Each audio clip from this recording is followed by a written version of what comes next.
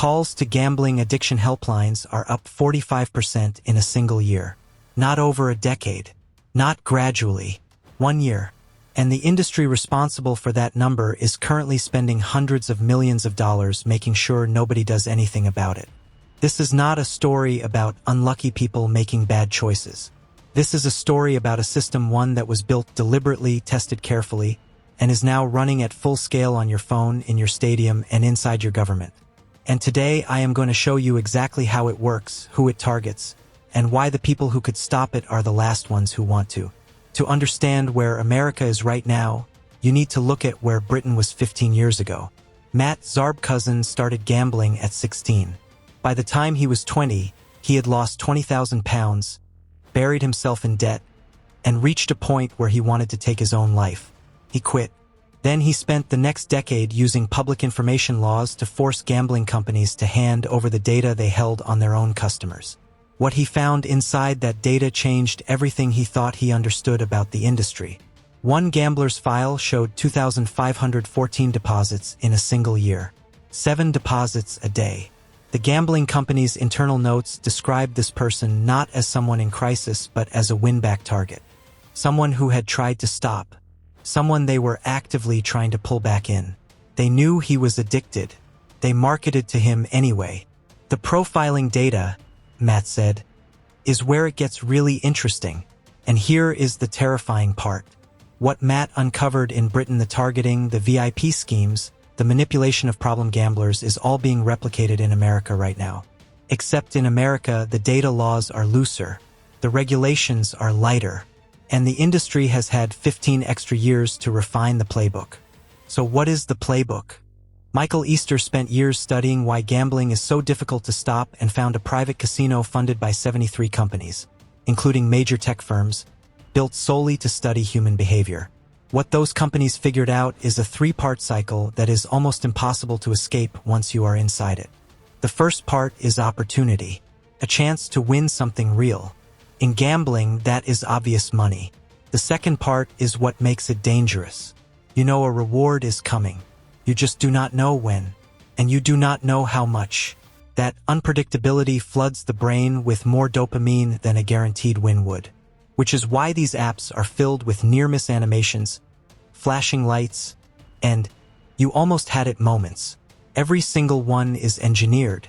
None of it is accidental. The third part is quick repeatability.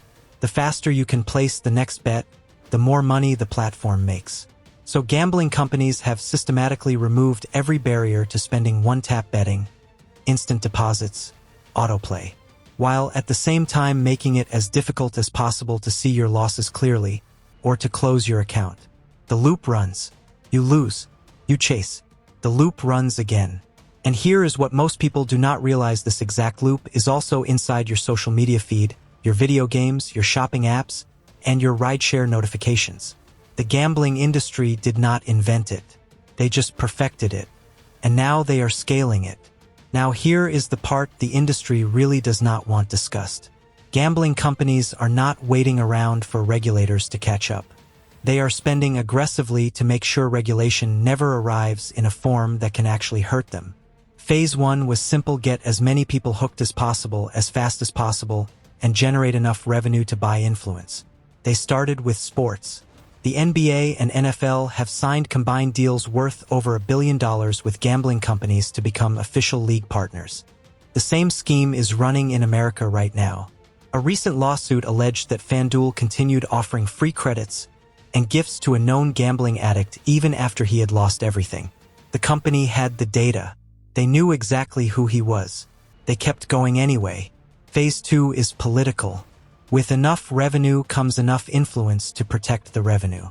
Gambling companies have embedded themselves into sports, media, and now government, creating a web of financial dependence so large that regulating it seriously would mean hurting too many powerful interests at once. The argument they use is simple: tax revenue. Georgia's lottery has raised $15 billion for education since 1993. Gambling companies use stories like that to sell expansion to politicians, framing their profits as public good. What they do not mention is that bankruptcy rates rise 25 to 30% in states that legalize gambling.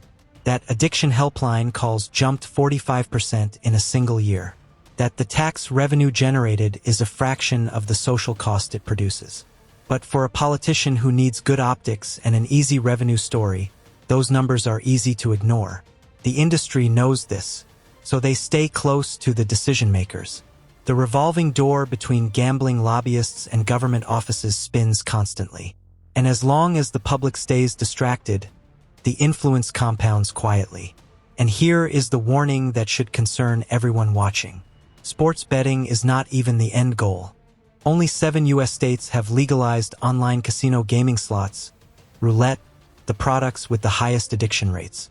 Studies show that roughly 45% of people who access online slot products are considered problem or at-risk gamblers. Not a small minority, nearly half.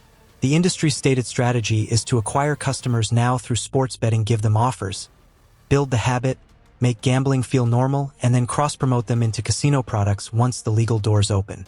In every state, one by one. As one gambling influencer put it plainly after announcing she was moving into casino content, that's actually the big gold rush next. The scarcity loop, the VIP targeting, the political influence, the media normalization. All of it is infrastructure built now to be used at full scale later. The conclusion reached by reformers on both sides of the Atlantic is not that gambling should be banned. People will always gamble and they have the right to make their own choices.